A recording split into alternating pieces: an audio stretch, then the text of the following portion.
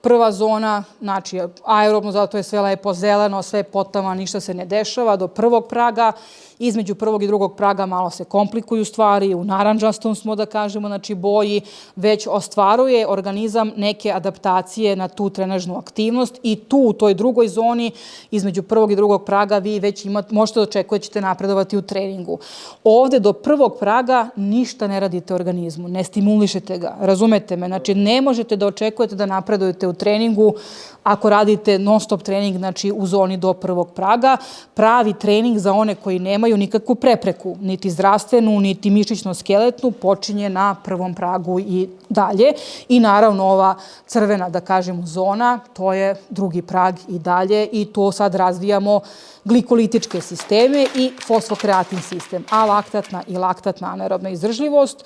Između prvog i drugog praga ima malo i laktata, ali organizam ih puferuje. Znači, dominantno razvijamo ovu VO2 max, a ovo zeleno steady state, što se kaže.